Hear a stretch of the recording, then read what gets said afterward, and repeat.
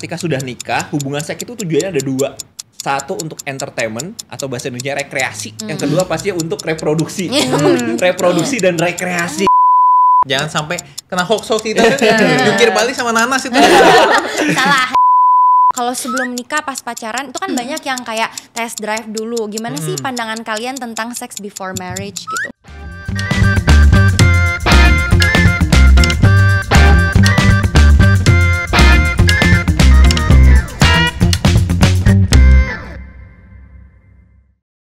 Halo Bebesti, welcome to Virtual Class of Sexuality by Berani Berencana. VCS adalah program podcast Berani Berencana yang membahas hal-hal tabu buat anak-anak muda.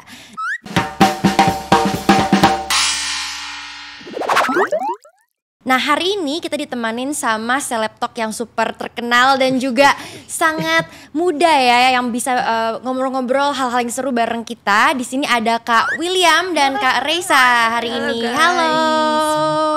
Gimana nih kabarnya? Baik. Dari Bandung ya tadi ya? Betul. Ya, langsung dari pagi banget. Wush kesini gitu ya. Semangat gak hari ini? Semangat dong. Semangat. Oke, kita mulai dari perkenalan dulu ya. Kak William sama Kak Reisa tuh sekarang kesibukannya apa aja sih? Ngapain aja sehari-hari gitu? Kesibukannya sebenarnya intinya sekarang suka bikin konten. Kan ada bareng Coin Family juga. Tapi kita juga masing-masing ada bisnis ya. Kamu cerita dulu. Aku ada lagi bikin berantas. Kalau Willy ada baju bayi. Keren banget. Jadi dua-duanya ini ya punya bisnis sendiri. Betul. Gitu.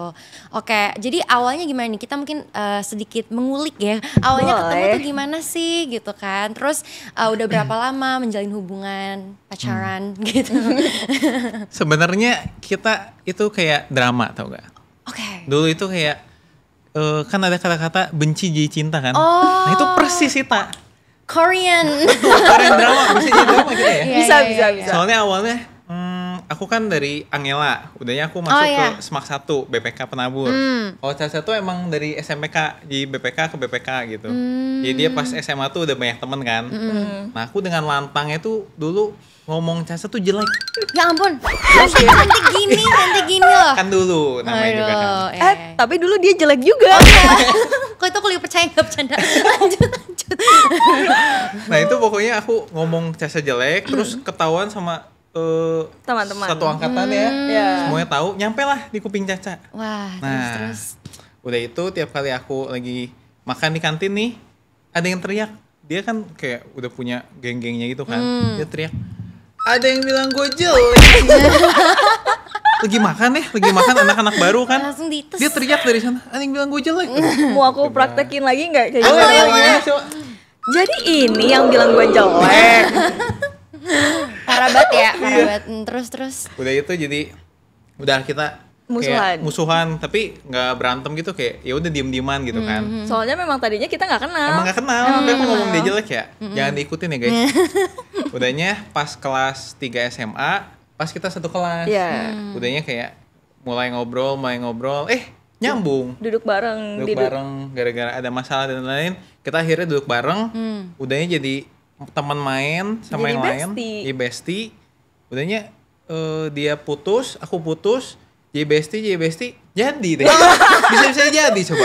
Nggak ada yang tahu emang. Putus dan putus ya. Terus jadi bestie, terus jadi. Keren banget rencana Tuhan. Rencana Tuhan, benar. Oke. Terus sejak kapan sih kalian tuh mulai konten bareng gitu ya? Terus konten-kontennya tuh jenisnya apa aja yang biasa disukain sama netizen-netizen yang nontonin kalian gitu? Kalau sebenarnya aku pribadi udah ngonten dari 2020 dulu sendiri. Udahnya di 2000 berapa kita Coin Family? Agustus 2023 baru mulai Coin Family. Udahnya kita lumayan naik Coin Family. Akhirnya kita bikin akun yang kita berdua itu 2024 Mei kalau nggak salah. Baru. Nah, baru dari situ kita mulai, kan lucu-lucu yang couple-couple kan. Kita ikutin deh ya, kayak tren dari luar negeri, kita ikut-ikutin, jadi lumayan naik gitu. Lebih ke komedi sih sebenarnya. Iya, skits gitu ya. Kalau Coin Family itu apa tuh? Coin Family tuh yang main game. iya, kita ada grup berempat, terus kayak suka main game, kuis gitu lah. Oh, I see. Oke, jadi seru banget ya. Ini dari awal aja udah seru banget nih. Jadi Bebesti stay tune di VCS kali ini karena aku, Kak Willy dan Karissa bakal bahas banyak isu sensitif soal hubungan anak muda yang pasti kalian juga bakal banyak belajar dari mereka gitu ya. Dan bakalan seru dan pasti daging banget. Jadi let's keep on watching. Jujur aku kepo nih, Kak Willy sama Kak Reza itu kan dikenal dari konten kalian yang mau menabung untuk beli rumah ya. Nah, kenapa sih kalian bisa kepikiran kayak gitu? Pertamanya emang mikir kalau kita udah nikah tapi nggak punya rumahnya bingung mau tinggal di mana ya? Iya. Karena kita berdua nggak ada yang mau tinggal di rumah orang tua masing-masing. Iya, soalnya menurut kita kurang enak lah, maksudnya tinggal terus ada mertua jadi takut ada yang nggak enak ngomong gini-gini, jadi nanti takut berantem takut ribut, kan. Iya, benar. Jadi kalian mulai menabung dari sekarang. Bener. Kita udah mikirin pengen punya rumah dari kapan ya?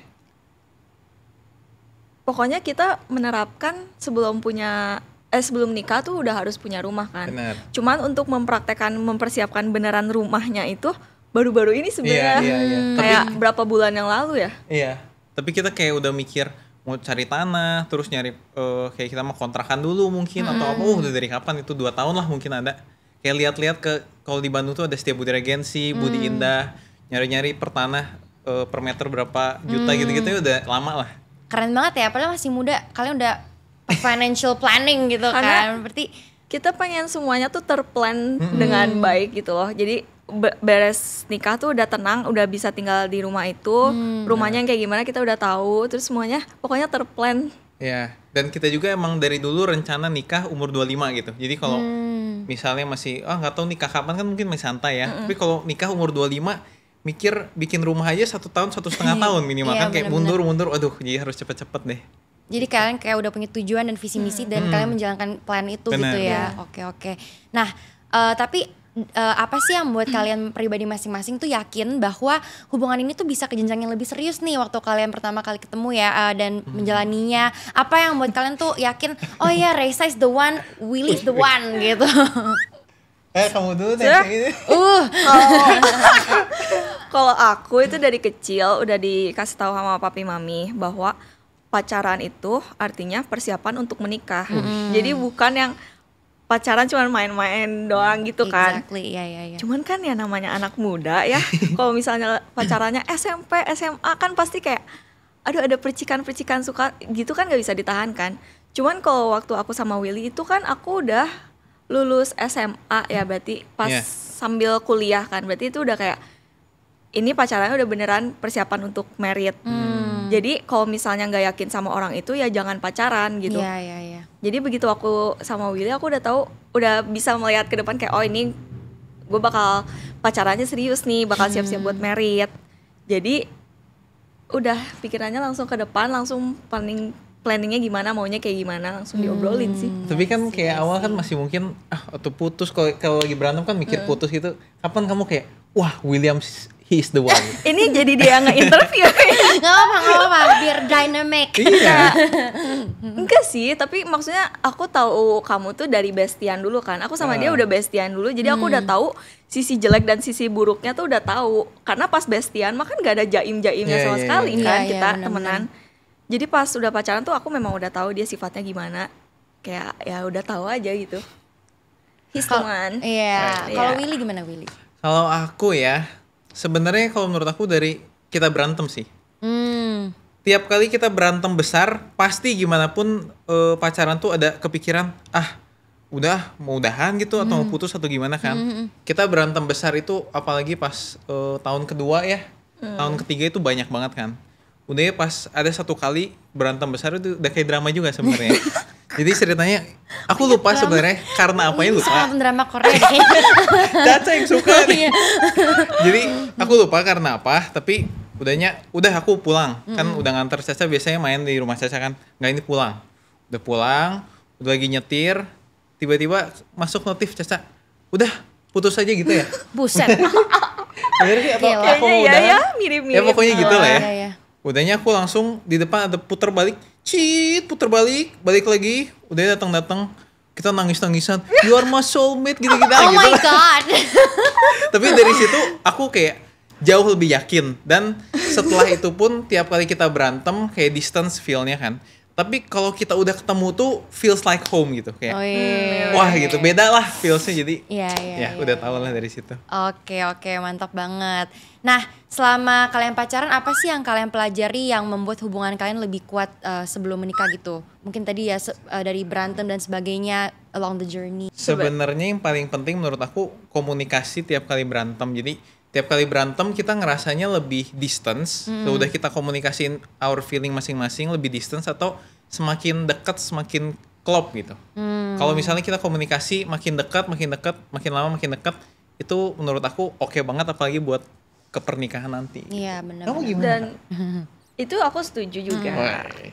Tapi menurut aku kalau misalnya pacaran itu yang udah serius ya, harus nge-planning semuanya sih. Kayak nggak bisa, kalau aku ya, aku nggak tahu yang lain gimana, tapi kalau aku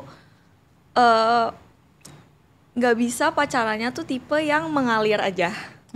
Kayak nggak bisa kayak mau married kapan? Ya coba lihat nanti aja. Kapan gitu. Mau beli rumahnya kapan? Ya coba lihat nanti gitu. Aku kurang bisa gitu. Aku lebih cocok sama yang terplanning, dan kebetulan kita berdua itu orangnya kayak gitu. Iya, jadi kayak wah ini cocok banget sih. Karena kalau misalnya dia orangnya yang go with the flow gitu, aku gak tenang sendiri, aku kayak panik sendiri gitu loh. Gitu sih. Soalnya aku terakhir yang tahun kemarin ini mikirin hadiah ulang tahun si Caca 1 tahun sebelum. Buset, gila kan banget. Soalnya kan dicontoh ya guys. Biar tenang gitu. Kalau nanti udah deket-deket tiba-tiba nggak plan, aduh pusing sendiri gitu. Kalau itu aku enggak sih sekarang. Kamu ulang tahun Januari, aku belum mikir. Pusing. I see. Jadi kalian belajar untuk planning juga ya. Dan kalian berdua adalah planner gitu ya. Bener untuk sih, masa depan kalian gitu. Nah, jadi kita nih mau mulai ke pertanyaan yang tadi agak tabu itu ya gitu ya. Aku mau nanya nih, menurut kalian kalau sebelum nikah pas pacaran itu kan banyak yang kayak test drive dulu. Gimana sih pandangan kalian tentang sex before marriage gitu? Sebenarnya kalau pandangan itu dari kita pribadi kurang setuju, tapi kita lihat average di Indonesia emang banyak yang kejadian. Dan kita kalau udah kejadian pun amit-amit misalnya ada teman ngomong gitu ya kejadian, kita nggak bakal sama sekali kenapa lu bisa kayak gitu? Kita nggak bakal judgment sama sekali, tapi kayak ya udah kita pelajarin aja. Ada bisa ngapain nih? Misalnya ada post pill kan, terus misalnya kita bisa pelajarin. Next stepnya harus kayak gimana? Harus ke dokter obgyn atau gimana? Kita sangat terbuka gitu. I see. Aku setuju sih, karena who are we to judge? Iya, kita benar. juga maksudnya manusia pasti masih banyak dosa. Cuman dari personal kita enggak. Ya kita chill lah, maksudnya kalau ada kejadian kayak gitu ya kita, yang penting kita support, pelajarin ya. Jangan sampai, aku ini pernah dengar cerita ya, ada yang udah kejadian terus udahnya ceweknya hamil, udah dia nggak tahu gimana caranya, akhirnya dia kayak ke orang mana aborsi, terus kayak pendarahan, terus amit-amit malah bisa sampai meninggal gitu kan. Itu kan jadi bahaya ya. Mendingan diobrolin, kayak ke berani berencana kan kita sangat terbuka, bisa ngobrol bareng gitu. Jadi kita memberikan safe space, Willy dan Reza juga memberikan safe space untuk teman-teman yang mungkin kalau misalnya mengalami hal yang tidak terduga gitu ya, kayak gitu. Nah, penting gak sih kalau kita ngomongin hal-hal sensitif seputar seks sama pasangan sebelum menikah menurut kalian gitu? Penting banget. Penting banget sih. Kenapa tuh pentingnya? Karena kita mau gimana pun harus tahu kondisi masing-masing dan kondisi pasangan sih. Benar. Terus udahnya setelah kita nikah, cepat atau lambat pasti kita melakukan hubungan seksual gitu. Betul, kan nggak mungkin dia nikah udahnya nggak hubungan seksual kan. Itu aneh bukan ya. pernikahan gitu. Jangan contoh yang gini gitu. Ini drama Korea lagi nih. Jadi kita sebelum nikah kita udah persiapan, bahkan nanti kan kita bakal ngobrol-ngobrol bertanya gitu kan ke dokter, soalnya itu banyak pertanyaan yang emang kita bingung dan kita mau tanyakan gitu. Kayaknya kalau langsung ke dokter mantap gitu kan jawabannya. Gak sabar ya kamu ya? Free course gitu ya. Iya. Oke, jadi tadi kan kata Kak Willy, Kak Risa kan mau ngobrol nih sama dokter siapa ya gitu kan. Buat kita dapat free course, kita mau tahu lebih banyak tentang kesehatan dan juga planning sebelum nikah, sebelum hubungan yang lebih serius itu seperti apa gitu. Jadi di sini kita udah ada ahlinya nih, ada dokter ya namanya Dokter Levi yang bisa kita tanyakan terkait kesehatan reproduksi dari dari sisi medis gitu. Penasaran gak teman-teman? Jadi teman-teman stay tune ya. Oke, jadi kan tadi kita udah ngobrol-ngobrol banyak dan juga persiapan sebelum menuju jenjang yang lebih serius dan sebagainya. Jadi kalau teman-teman penasaran nih kalau soal kesehatan reproduksi, gimana sih planningnya sebelum menikah atau dalam relationship dan mau tanya-tanya gitu ya, teman-teman bisa langsung DM atau WhatsApp Berani Berencana. Itu 100% gratis, terpercaya, privasi terjaga dan teman-teman gak bakal dijudge gitu. Nah, sekarang kita udah kedatangan Dr. Levi yang tadi aku sebut-sebut nih ya, dokter ahli gitu kan. Boleh nggak memperkenalkan diri Dr. Levi sekarang, kesibukannya apa aja dan kenapa sih punya concern terhadap kesehatan seksual dan reproduksi? Oke, halo Iren, halo Willy dan Resa. Halo. Jadi jadi kenalin, nama aku Levi. Emang fokusnya di sexual and reproductive health. Di sini fokus mengedukasi sih sebenarnya tentang kesehatan seksual reproduksi, kemudian juga tentang pencegahan sexual transmitted infection (IMS), infeksi menular seksual, termasuk juga dengan HIV seperti itu. Nah, jadi memang passionnya di situ. Kalau ditanyain kenapa, karena suka aja gitu ya. Ngomongin yang sensitif suka gitu. Ngomongin suka. Nah, gitu. Dan selain sibuk untuk edukasi, aku juga punya klinik tentang kesehatan seksual reproduksi yang fokusnya di kesehatan seksual reproduksi, dan insya Allah juga akan berangkat sekolah nanti di Januari gitu. Mantap banget nih guys. Oke, nah Dr. Levi, pertanyaan pertama nih ya, sebelum menikah kalau dari segi kesehatan apa aja sih yang perlu dipersiapkan oleh pasangan gitu? Oke, jadi memang kalau persiapan sebelum pernikahan itu bisa teman-teman untuk mengecek kesehatan seksual reproduksinya. Nah, kalau di beberapa kota itu sudah memang mensyaratkan nih buat yang namanya catin. Yaitu chat kesehatan seksual and reproduksi secara keseluruhan sih sebenarnya itu sebelum mengajukan permohonan pernikahan ke KUA. Gitu. Di kota-kota besar? Di kota-kota besar. Salah satunya Jakarta itu udah mewajibkan. Jadi kalau harus catin dulu sebelum nanti mau menikah gitu. Tapi bagusnya program ini hasilnya itu cuma kalau Resa sama Willy tes nih ya. Resa yang tahu hasilnya Resa aja, Willy juga Willy aja. Jadi nggak ada kewajiban untuk share. Tapi pasti kalau seandainya ada permasalahan, itu dokter akan mengedukasi. Apalagi kalau seandainya ternyata salah satu terinfeksi infeksi menular seksual, termasuk juga HIV. Nah itu kan pasti penularannya kita tahu semua dari hubungan seksual kan. Jadi sebelum menikah kalau memang terinfeksi itu harus diobati terlebih dahulu pastinya. Dan kalau bisa dianjurkan untuk bisa terbuka ke pasangannya. Jadi harus terbuka, harus ada chatin juga. Tadi kalau chatin tuh include apa aja sih? Banyak dari semua sih. Persiapan untuk laki-lakinya dan perempuannya gitu ya. Dari kesehatan seksual reproduksinya sampai nanti juga secara general juga diperiksa gitu. Kalau ibunya juga nanti untuk kesiapan dari kehamilan juga seperti itu. Penting banget ya teman-teman kalau misalnya kita mau menuju ke jenjang yang lebih serius, kita mempersiapkan juga secara medis gitu ya. Benar. Nah, biasanya kasus yang paling banyak dialami oleh pasangan baru kalau baru married itu dari segi medis apa sih dokter? Sebenarnya kalau permasalahan kalau di hubungan seksualnya sendiri kebanyakan sih malu-malu aja. Awal-awal masih malu-malu kan ya. Namanya juga baru pertama kali. Gitu kan. Tapi ya itu yang tadi paling penting adalah dikomunikasikan nih. Karena kan pasangan kita gitu ya. Willy bukan cenayangnya si Resa, Resa juga bukan cenayangnya si Willy. Jadi harus bilang, misalnya kalau si Willy ketika sebelum having sex foreplay-nya yang lebih lama. Nah, itu harus disampaikan gitu. Nah, misalnya ketika berhubungan Resa sukanya yang posisinya berhadap-hadapan biar lihat mukanya si Willy. Karena dia happy kan sama suaminya nanti gitu. Itu juga harus dikomunikasikan. Gitu. Jadi harus seterbuka itu untuk mencapai kepuasan seksual bersama gitu. Harus terbuka itu ya, karena memang itu kan bagian penting juga dari pernikahan kan. Mas tadi kata Willy, kan masa kita nggak have sex ya kalau udah nikah, iya, main gundu.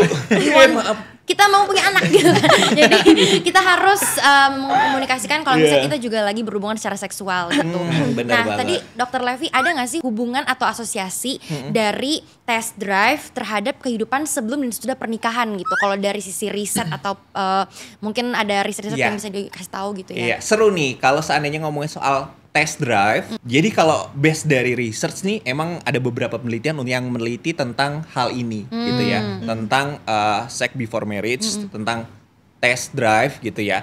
Nah, hasilnya memang berbeda-beda dan belum banyak juga riset yang terbukti benar-benar bisa menyampaikan resultnya bagusan yang mana nih. Nah, tapi memang ada beberapa riset yang memang menyampaikan bahwa stratification in bed after marriage itu lebih oke kalau belum melakukan hubungan seksual sebelumnya. Gitu. Ya, karena kan bosan ya kalau. Iya, benar. Itu mungkin juga salah satu faktornya ya. Jadi di risetnya nggak terlalu dibahas faktornya apa aja. Kemudian good relationship between wife and husbandnya juga lebih oke gitu. Berarti ada riset seperti itu gitu ya. Oke. Nah, ini sepertinya di dalam kepalanya Kak Willy dan Karissa sudah ada pertanyaan-pertanyaan ya. Banyak banget. Boleh. Udah sempet ngobrol ya tentang kehidupan sebelum menikah, planning ya dari segi finansial dan medis dan sebagainya. Mungkin kalau Kak Willy sama Karissa ada yang mau tanyain ke Dokter Levi terkait pas perihal medis setelah menikah, bisa nih langsung tanya ke ahlinya. Karena hari ini tadi kita free course ya, tidak perlu membayar gitu untuk nanya ke dokter hari ini. Silahkan, terbuka saja. Nah, iya. Mungkin Dokter Levi aku mau mempersilakan Kak Willy dan Karissa kalau mau ada yang bertanyain boleh nih. Oke. Dokter Levi. Kamu dulu, Beb. Kamu dulu. Udah gak sabar nih dari mau nanya. Kamu udah Boleh. Gimana nih? Ini penasaran banget, beneran penasaran nih dok. Katanya ya, di malam pertama nih, katanya itu pas waktu ngelakuin hubungannya, si ceweknya itu bisa kesakitan. Iya. Ini kan nggak kebayang kan? Kalau misalnya ya jujur aja kita semua pernah menonton. Iya. Kalau nonton kayak semuanya. Bagus Willy. Semuanya kayak enak-enak aja kan. Tapi katanya di malam pertama itu cewek juga bisa kesakitan. Iya. Terus pertama kali masukin kan katanya ada yang berdarah atau nggak berdarah, terus kesakitan kayak. Jujur aku jadi cowok, misalnya masukin pertama terus kesakitan, kan nggak mungkin terus aja gitu kan. Aduh ini gimana nih? Jadi harus gimana gitu? Apa yang harus dilakukan gitu? Oke. I feel you bro. Gitu ya. Cuma nonton tapi belum pernah melakukan. Jadi kayak ya memang ketika malam pertama, ketika akan penetrasi itu memang bagian yang paling susah gitu. Apalagi untuk pertama kali perempuan gitu ya. Nah mungkin aku akan bahas ke awalnya terlebih dahulu. Jadi kalau cowok itu kalau lagi sexual desire-nya naik atau lagi horny, itu kan penis kita ereksi, jadi keras. Nah, kalau perempuan itu terjadi lubrikasi. Jadi pembasahan di dinding vagina.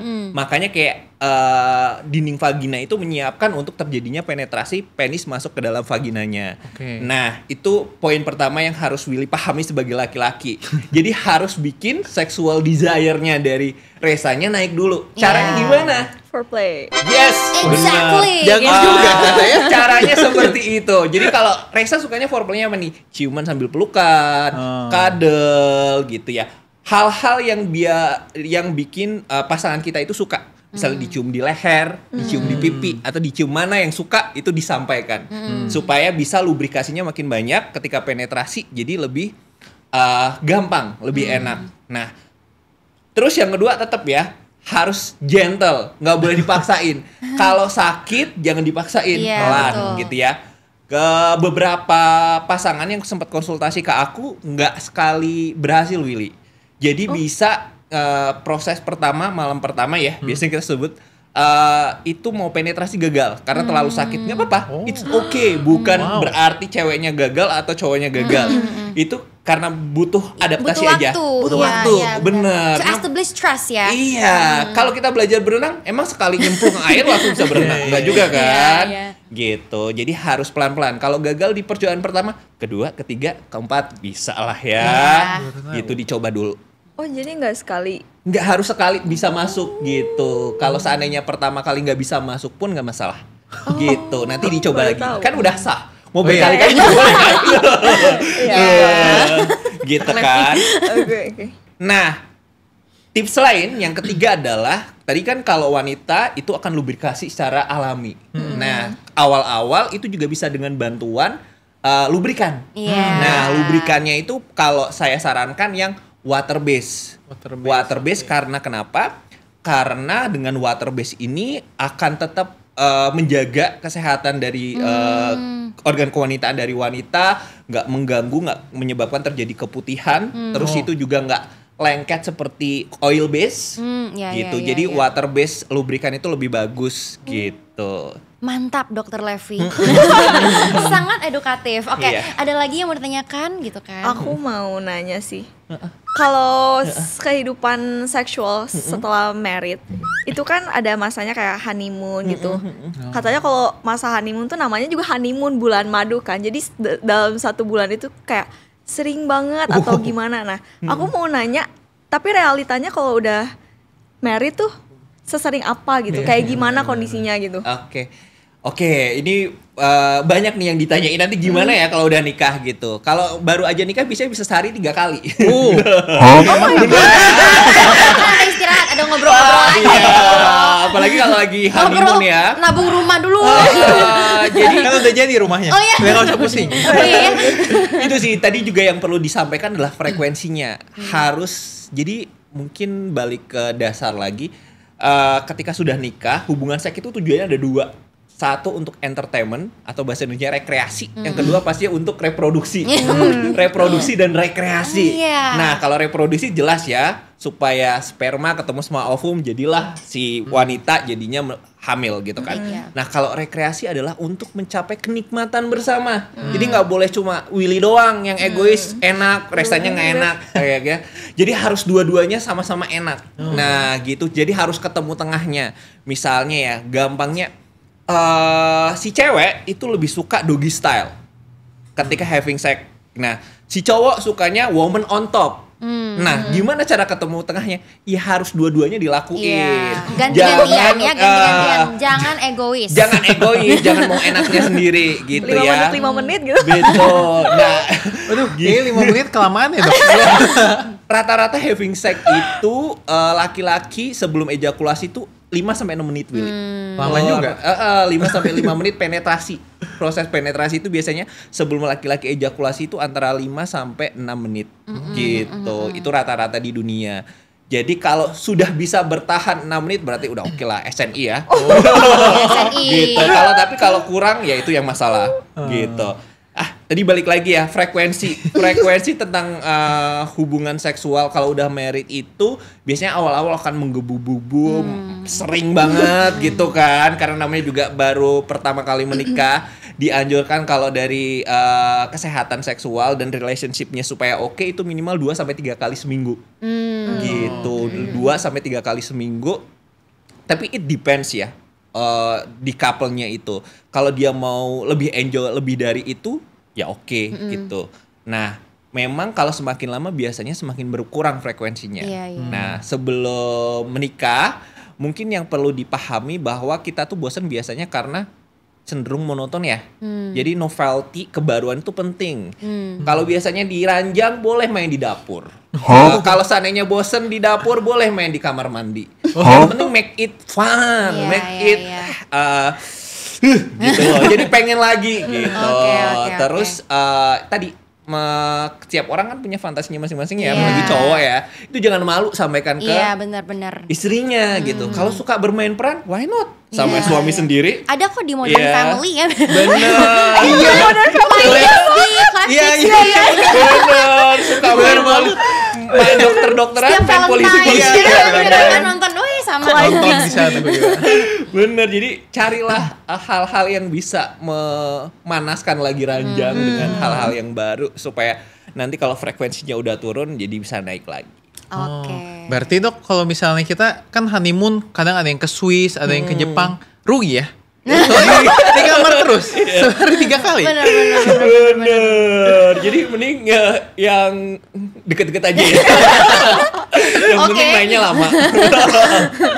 Oke, ada lagi nggak? Ada dong, ini masih banyak ya. Masih banyak. Aku ada Dok.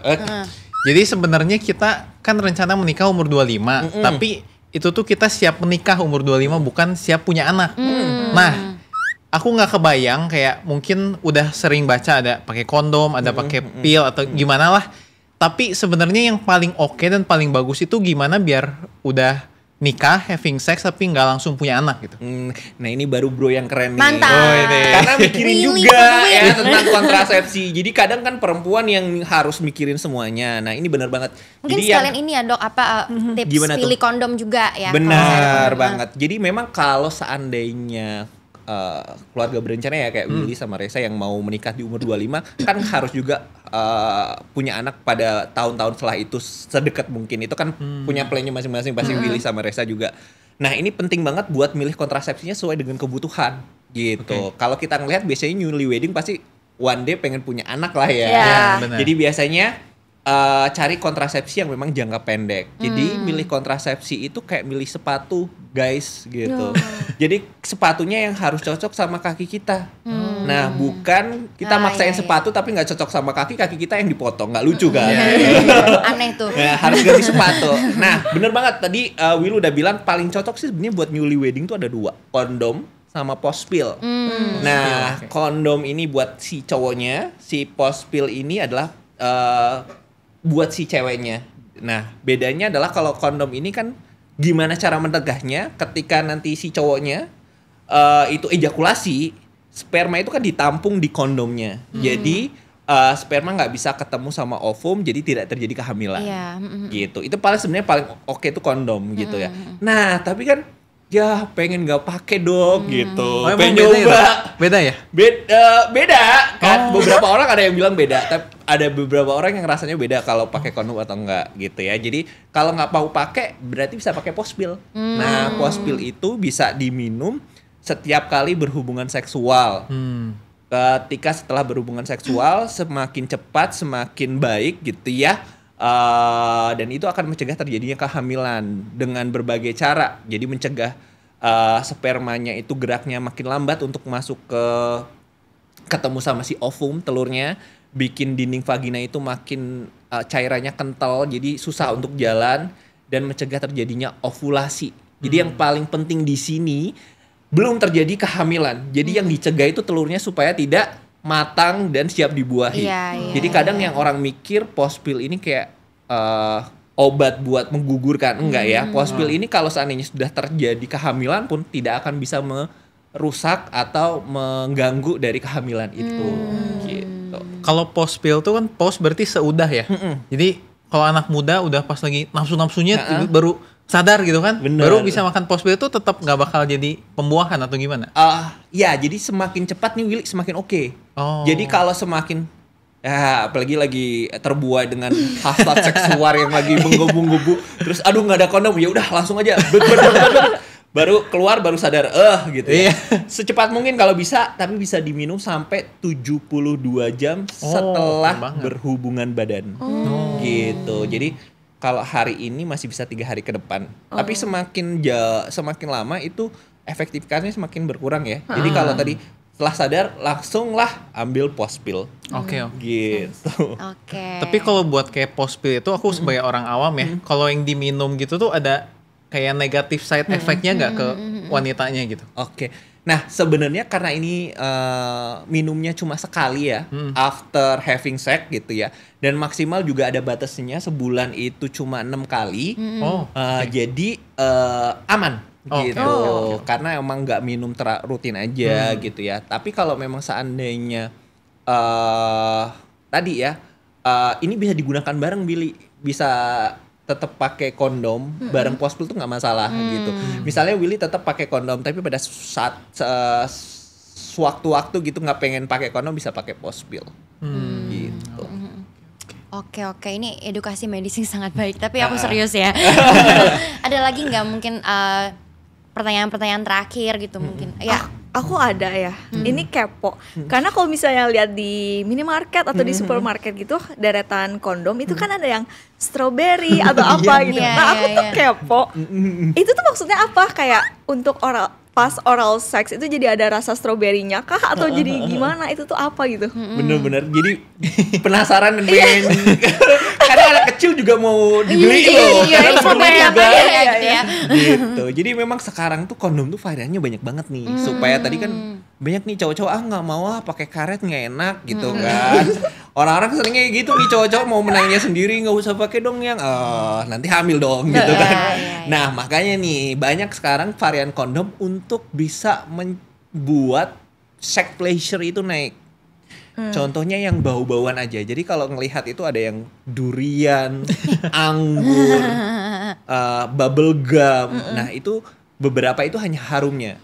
Beberapa harum itu juga bisa men-trigger makin bergairah, makin horny gitu. Makin sexual desire-nya, sexual arousal-nya itu meningkat gitu. Jadi, nah gimana taunya bau apa yang bikin meningkat? Ya harus dicoba. Hari ini durian, besok anggur, besok bubble gum. Jadi cari yang paling bikin enak. Nah, beberapa juga ternyata kondom tuh ada yang benar-benar bisa dijilat. Nah, untuk oral sex gitu ya. Untuk oral sex bisa pakai kondom kayak yang ada rasa-rasanya, yang benar-benar ada rasa-rasanya juga ada. Beberapa feature kondom juga ada yang berstruktur. Kalau teman-teman lihat yang kayak durian itu ya, ada gitu kan. Nah itu sebenarnya itu juga akan membantu meningkatkan kepuasan pada ceweknya, pada perempuannya. Why? Karena dengan bintil-bintil yang ada di kondom itu akan menekan dinding vaginanya. Nah jadi cewek-ceweknya makin enak. Gitu. Jadi kalau mau ngebahagiain istri bisa pakai yang bergerigi berdot. Itu tips dari Dr. Levi ya. Oke. Ini makasih banget ya Dr. Levi, aku juga jadi edukasi ya kan ya, kita sama-sama teredukasi karena kita jarang baca juga ya kayak gitu. Iya, jadi ya itu sih paling penting adalah dikomunikasikan, dicoba-coba ya. Jangan takut untuk mencoba gitu ya, asalkan dua-duanya bisa enak, nggak masalah gitu. Mau dokter-dokteran. Kayaknya ter-arouse-nya karena parfum biasanya, bukan karena. Yes, bisa banget. Bener Iren, ternyata banyak cewek itu yang suka sama pasangan cowoknya gara-gara bau dari cowoknya. Ya. Karena dia bisa-bisa aja ya mukanya gitu. Parfum. Iya. Karena ternyata kita cowok itu mengeluarkan bau badan yang itu attract kepada pasangan yang sesuai dengan kita. Gitu. Salah satu riset yang aku pernah baca. Jadi seru banget nih, kadang ada yang cerita, kok aku suka cowok ini padahal bukan tipe aku tapi baunya bikin kangen Kak. Tapi kalau gitu. cewek ada nggak baunya? Itu lebih ke cowok. Gitu. Karena pantes nama-nama parfum tuh suka kayak berbau-bau seksual gitu kan, kayak orgasm. Human. Iya benar-benar. Oke, jadi ini menarik banget ya pembahasannya teman-teman Bebesti. Kalau misalnya mau nanya-nanya seputar kesehatan seksual reproduksi dan juga hal-hal yang tadi kita bahas tapi malu misalnya ke teman gitu ya, teman-teman bisa langsung tanya aja ke Berani Berencana gitu. Karena di sini ada ahli-ahli yang bisa menjawab pertanyaan teman-teman tanpa dijudge dan 100% gratis dan privasi terjaga gitu.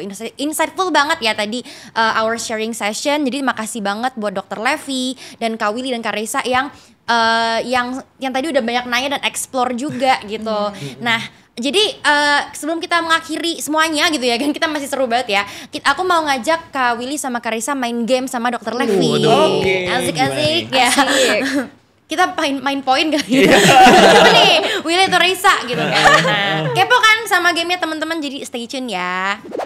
Oke, sekarang kita mau main game ya. Aku bakal bacain pertanyaannya. Terus dari Will dan Reza harus cepet-cepetan menjawab siapa yang paling cepat dan benar gitu. Oke, siap gak? Siap. Siapa yang kira-kira menang nih? Saya. William lah, udah pasti. Kompetitif ya. Kita lihat saja nanti. Oke, semoga yang tadi penjelasannya bisa menambah pengetahuan buat game ini gitu ya. Oke, kita mulai dari pertanyaan pertama.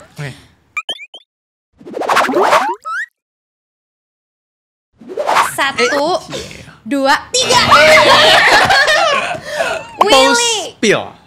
Post-pill, bener gak? Bener banget. Udah bahas panjang lebar ya. Iya, post-pill. udah nanya-nanya dari tadi. Bener banget. Jadi memang bener ya post-pill ini bisa untuk situasi-situasi yang kita sebut dengan sex emergency. Jadi kayak lupa nggak pakai kondom karena lagi gitu ya.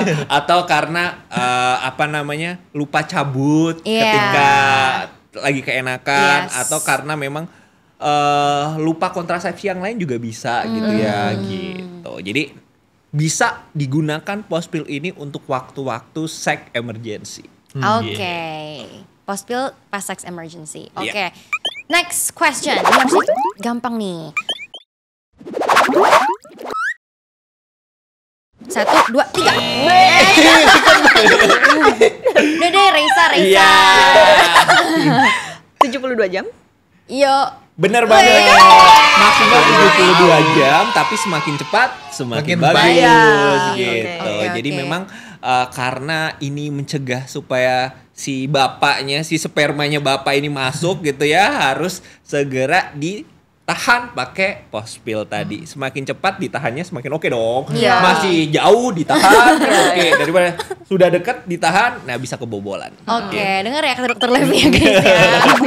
Next question.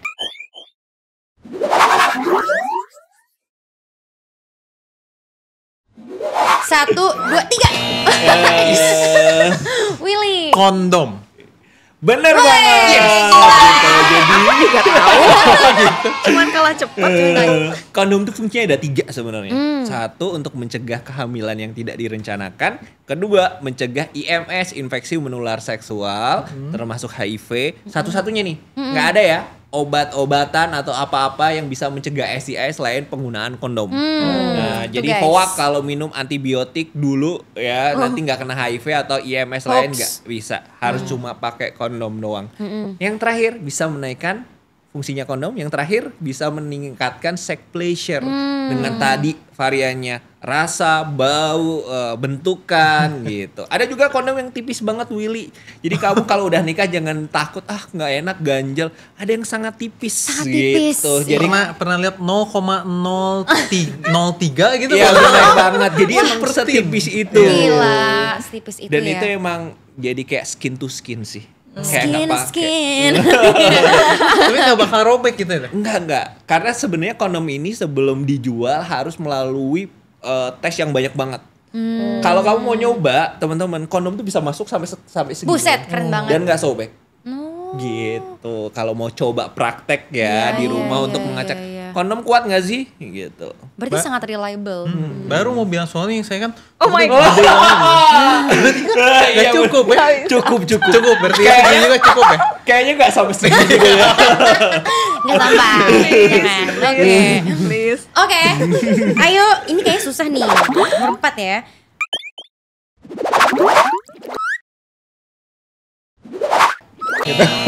Oke. Actually juga nggak tahu, tapi mungkin 6 bulan sekali. Oke. Aku 12 bulan coba. 12 bulan. Oke, jadi sebenarnya gini. Jadi kalau untuk tes kesehatan seksual termasuk juga untuk tes IMS ya, itu bisa dianjurkan kalau memang secara aktif seksual kemudian punya multiple partner, itu minimal 3 bulan sekali.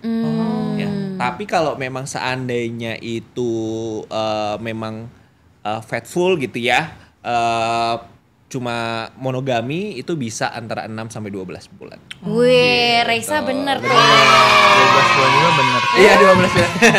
Inilah satu-satu lah. Jadi tergantung ada yang faithful dan juga yang aktif secara seksual gitu Bener ya. banget gitu. Oke, nah terakhir nih.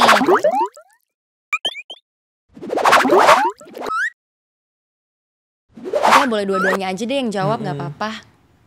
Mikir Aku dulu ya. kayaknya pernah dengar kalau misalnya nggak mau punya anak, si ceweknya harus jukir balik.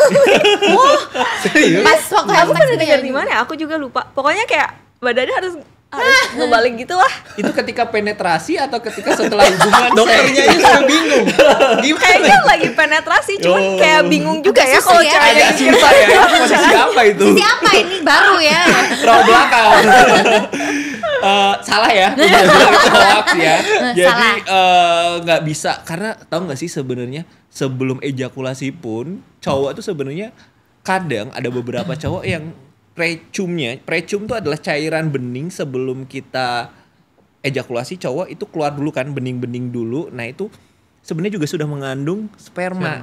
Jadi kalau pas lagi nggak beruntung, terus nggak pakai kondom, terus ternyata precum itu keluar saat penetrasi, ya Itu bisa emang terjadi mengandung sperma, Dok? kehamilan.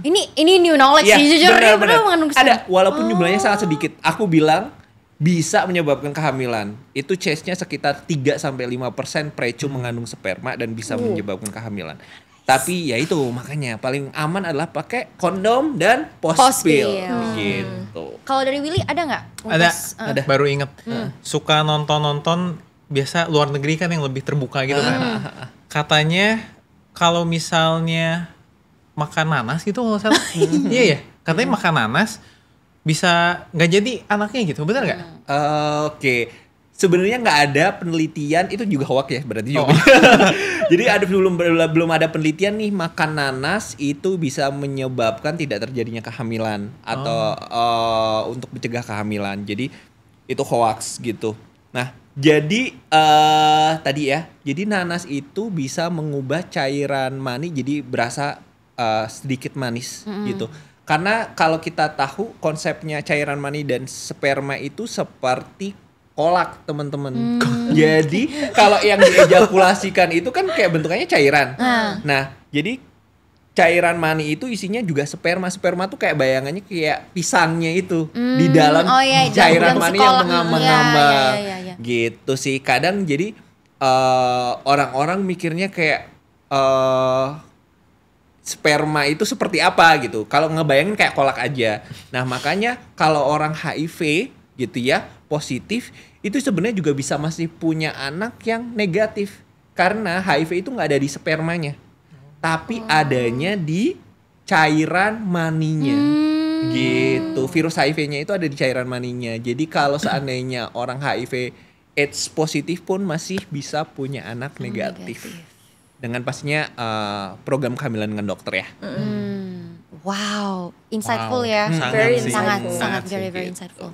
Oke, ini marks the end of our conversation. Jadi makasih banget Kak Willy, Kak Reza udah spend waktu bareng kita ya. Mungkin ada gak sih kata-kata terakhir nih buat Bebesti yang lagi nonton gitu? Kalau dari aku, whatever the decision you guys make, you have to take responsibility. Nice. Kalau dari aku, pokoknya kalian harus pelajarin tentang hal ini. Soalnya hal ini emang, apalagi di Indonesia ya, nggak terlalu banyak yang ngejelasin terbuka. Bahkan aku pribadi udah nyariin kayak, kalau malam pertama kayak tadi kan nggak ada yang terbuka gitu, baru dari Dr. Levi. Nah ini kita harus belajar bener-bener cari sumber yang tepat. Jangan sampai kena hoax-hoax itu, jungkir balik sama nanas itu. Salah ya. Benar. Dari Dr. Levi gimana? Ya, jadi kalau aku sih mungkin sarannya buat teman-teman BB gitu ya, jangan takut untuk bertanya gitu ya, jangan takut untuk mengkomunikasikan hal-hal yang memang belum paham gitu.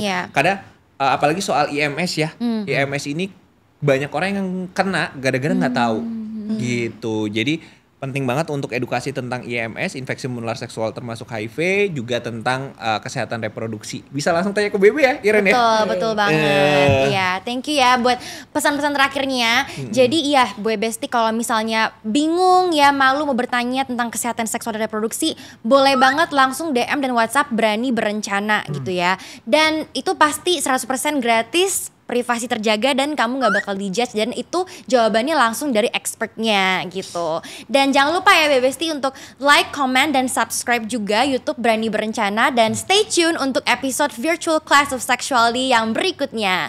Bye-bye! Bye!